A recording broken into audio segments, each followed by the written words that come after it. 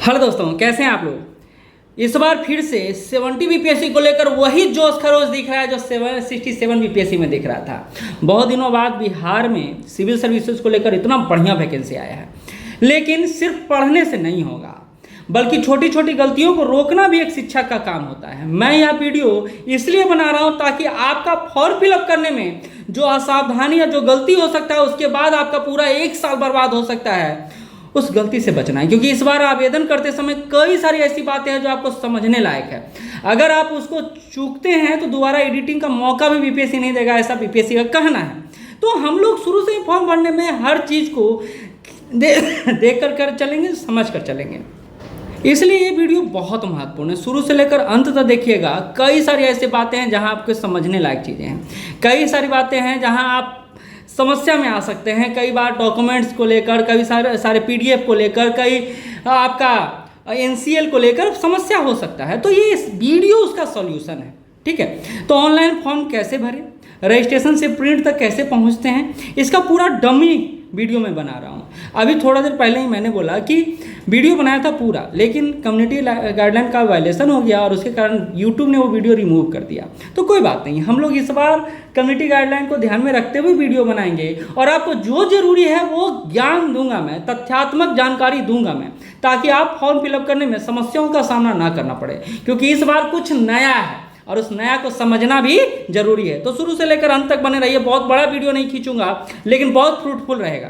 साथ ही बता दूं कि आप लोग अगर बहुत एग्रेसिव मोड में 70 बीपीएससी का तैयारी कर रहे हैं और कोई सब्जेक्ट है जो आपसे छूट रहा है, तो वहाँ हम लोग आपके साथ खड़े हैं विभिन्न कोर्सेज के माध्यम से। आप चाहें तो पूरा सिलेक्शन बैच ले सकते हैं, या आप चाहें तो सिर्फ कोई सब्जेक्ट को लेकर आगे बढ़ सकते हैं। जैसे यहाँ देख रहे हैं हम लोग मॉड्यूल कोर्स की तरफ एकदम पूरे को डिवाइड कर दिए, ताकि आपको अगर कोई कोर्स लेना हो, कोई सब्जेक्ट लेना हो तो कोई दिक्कत नहीं हो। इससे भी महत्वपूर्ण बात है आपके लिए ये, हम लोग सिलेक्शन टेस्ट सीरीज चला रहे हैं। आज भी था, लेकिन पटना में आज बारिश हुआ तो बहुत सारे छात्र नहीं आए, लेकिन कोई बात नहीं, हम लोग उनको ऑफलाइन में भी सुविधा दे रहे हैं, ऑनलाइन में भी सुविधा देंगे। आज के लिए सिर्फ, कल फिर से टेस्ट है तो आप शामिल हों और पूरे जोश खरोश से शामिल हों।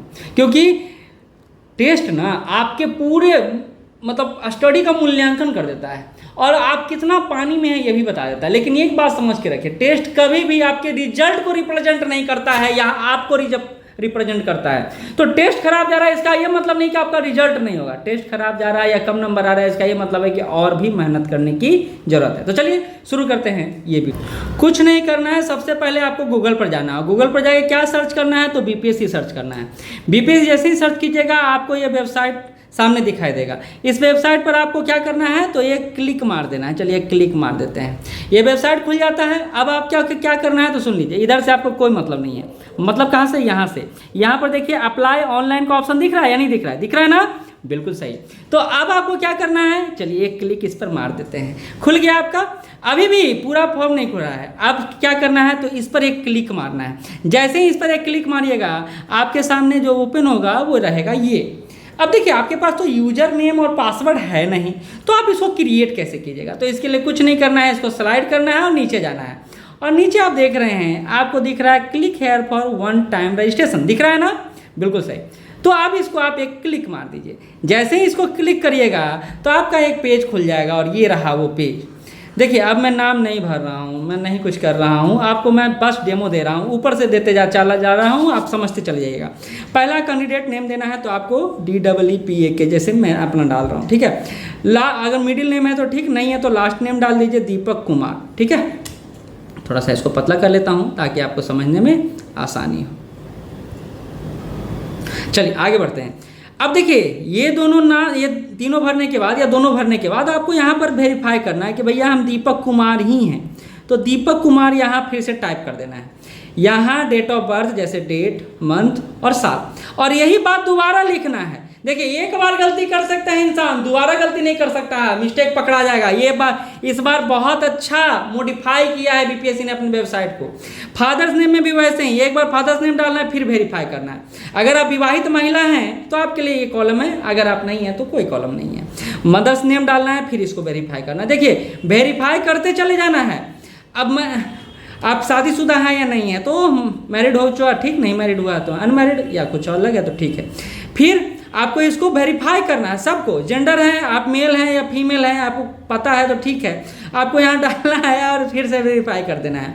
सेलेक्ट आईडी, देखिए आधार कार्ड आपको सबमिट करना बहुत ज़रूरी है, नहीं कीजिएगा पैन कार्ड या ड्राइविंग लाइसेंस डालते हैं तो आपको 200 रुपया एक्स्ट्रा लगेगा।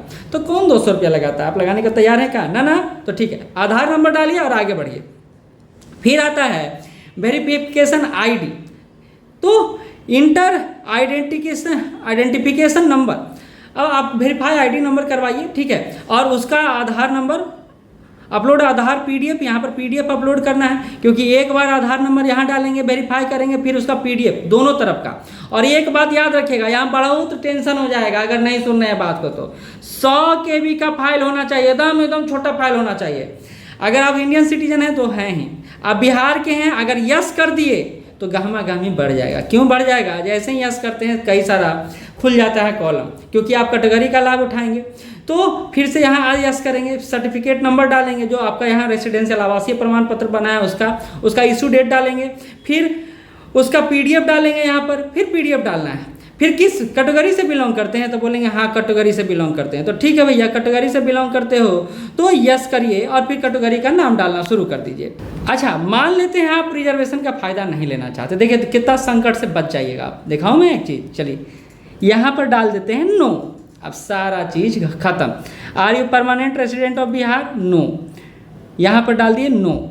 अब देखिए do you belong reserve category? No. अब सारा चीज़ आपके लिए हट गया, आप कुछ भी आपको पोस्ट नहीं करना है। लेकिन अगर आप डाल दिए यस तो यस में खुल जाएगा पूरा दरवाज़ा।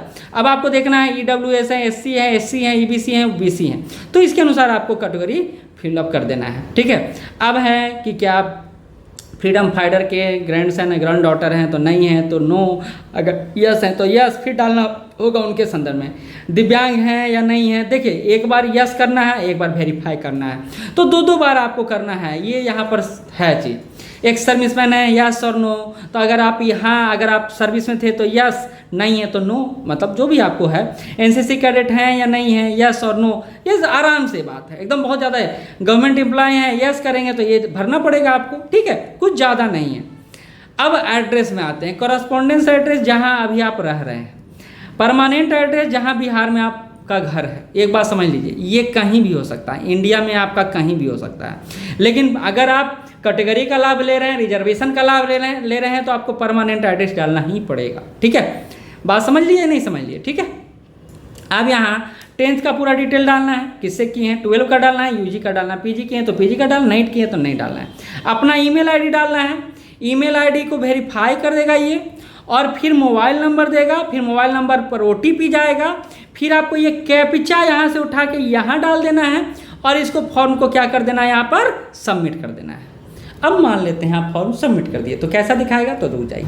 अब आपके सामने ये आएगा कि भाई आपका रजिस्ट्रेशन सबमिट हो गया है। अब आपका यूजर नेम देगा और पासवर्ड देगा। अब यही यूजर नेम और पासवर्ड लेके कहाँ चले जाना है, फिर आपको पहुँच जाना है यहाँ, और यहाँ जो यूजर आईडी और पासवर्ड आपको दिया गया है यहाँ पर फिल करना है, और ये जो कैप्चा है इसको यहाँ इंटर करना है और लॉगिन कर देना है। अब लॉगिन करेंगे तो क्या दिखाएगा, जैसे ही आप उसको यूजर आईडी और पासवर्ड डालेंगे आपका ये ओपन हो जाएगा।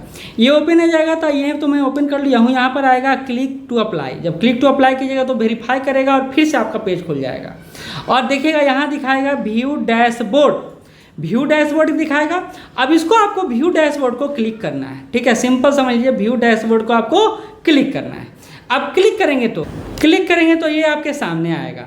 अब यहीं पर देखिए आपको दिखा रहा है एप्लीकेशन फॉर्म, तो आपको इस एप्लीकेशन फॉर्म को कर लेना है ओपन। जैसे ही एप्लीकेशन फॉर्म को ओपन करेंगे ये दिखाएगा, फिर से आपको दिखाएगा, जो आप फिलअप किए हैं वो आपको फिर से दिखाएगा, ठीक है। तो इसके बाद आप नीचे जाएंगे, कहाँ जाएंगे, और यहाँ आके नेक्स्ट पर करेंगे क्लिक, और नेक्स्ट पर क्लिक करते हैं, क्या नेक्स्ट पर क्लिक करते हैं ये आपके सामने ओपन हो जाएगा। अब सुनिए बड़ा गौर से, क्योंकि यहीं से बनता है खिस्सा कहानी। क्या बनता है खिस्सा कहानी, तो आप सिर्फ सिविल सर्विसेज एग्जाम में बैठना चाहते हैं या CDPO में, अगर दोनों भरेंगे तो 600 गुने 2 यानी 1200 रुपया लगेगा। अगर महिला है तो 300 रुपया लगेगा। तो ये अगर दोनों भरते तो ठीक है, एगो भरते हैं तब भी ठीक। मैट्रिक का विषय संकाय क्या है, जो आप पीछे भरे हैं उसी को एक बार यहाँ पर दिखा देना है। फिर आपको क्या करना है, अपना सर्टिफिकेट नंबर डालना है और सर्टिफिकेट नंबर कब इशू किया गया वो डालना है और उसका PDF आपको यहाँ पर पोस्ट कर देना। फिर से मैंने बोला था क्या, 100 KB के कम का होना चाहिए आपका PDF, ठीक है। चलिए आगे बढ़ते हैं। फिर से ग्रेजुएशन में जो आपका सर्टिफिकेट है उसका सर्टिफिकेट नंबर और इशू डेट बताना है और उसका PDF अपलोड कर देना है। सिंपल सा है। फिर आगे बढ़ना है। कहता है अंतिम पूर्व नियोजन का विवरण, प्रेजेंट या प्रीवियस लास्ट एम्प्लॉयमेंट डिटेल, अगर हाँ है तो ठीक, ना है तो नो। किसी सरकारी या बिहार लोकसभा या किसी घोषित विवरण दे तो है ही, नहीं तो नो। अगर यह है तो आपको यहाँ पर क्या डालना है, यस डालना है। फिर आपको उसका विवरण प्रस्तुत कर रहा है। ये कह रहा है कि पिछले 6 महीनों में 3 वर्षों में 6 माह से अधिक जहाँ पर आप निवास किए हैं उसके बारे में विवरण देना है। तो मान लीजिए 3 साल में आप 3 जगह पर गए तो और 6 महीने ज़्यादा रहे तो वो यहाँ विवरण दे देना है। लंबाई बता देना है, छाती का चौड़ाई बता देना है। अब यहाँ पर नोटिस कीजिए, कह रहा है कि 2 ऐसे व्यक्ति का, कहता है 2 विनिर्धारकों का पता सहित पूर्ण विवरण जो उम्मीदवार के 6 माह से अधिक जानते हो उसका, और जो संबंधित नहीं, यानी आपके रिलेटिव नहीं हो और आपको 6 महीने ज़्यादा जानते हो, 6 मंथ से ज़्यादा जानते हो, उनका नाम यहाँ पर डालना है। तो किसी का भी रामू सामू कोई दोस्त यार का नाम डाल दीजिएगा, काम चल जाएगा, ठीक है। चलिए आगे बढ़ते हैं। शारीरिक कुछ पहचान है तो वो आपको दे देना है। यहाँ पर आपका वीडियो आएगा, जैसे ही कैमरा वेब कैमरा रहेगा ओपन, वहाँ से आपका फ़ोटो क्लिक हो जाएगा। यहाँ पर सिग्नेचर अपलोड हो जाएगा। यहाँ पर हिंदी में सिग्नेचर अपलोड हो जाएगा। नीचे जाइएगा, रीटेक फ़ोटो, अगर दोबारा फ़ोटो लेना है तो इसको यस कीजिएगा। यहाँ पर देखिए, यहाँ पर यस कीजिएगा। एक बार प्रीव्यू करवाएगा आपको कि आपने जो भरा है वो ठीक भरा है या नहीं भरा, वो दिखाएगा आपको। और फिर सबमिट एप्लीकेशन का ऑप्शन आएगा, वहाँ पर आप सबमिट कर दीजिएगा और आपका हो जाएगा फॉर्म फिलअप। फिर आप उसको प्रिंट आउट निकाल लीजिएगा या PDF अपने पास रख लीजिएगा। ये है पूरा प्रोसेस फॉर्म फिलअप करने का। आपको फिर बता दूं, कहीं भी कोई गलती होता है, हालांकि कभी कभी कॉरेस्पॉन्डेंस एड्रेस में डिस्ट्रिक्ट नहीं लेता है, कभी पिताजी का नाम कभी माताजी का नाम के साथ प्रॉब्लम करता है, 2-3 बार ट्राई कीजिएगा, वो काम हो जाएगा। मैं आपको इसलिए बता रहा हूँ ताकि आपको दिक्कत का सामना ना करना पड़े। बहुत सारे छात्र इस दिक्कत के कारण फॉर्म का गलत हो जाता है और आपको पता है एडिटिंग का ऑप्शन इस बार देगा नहीं।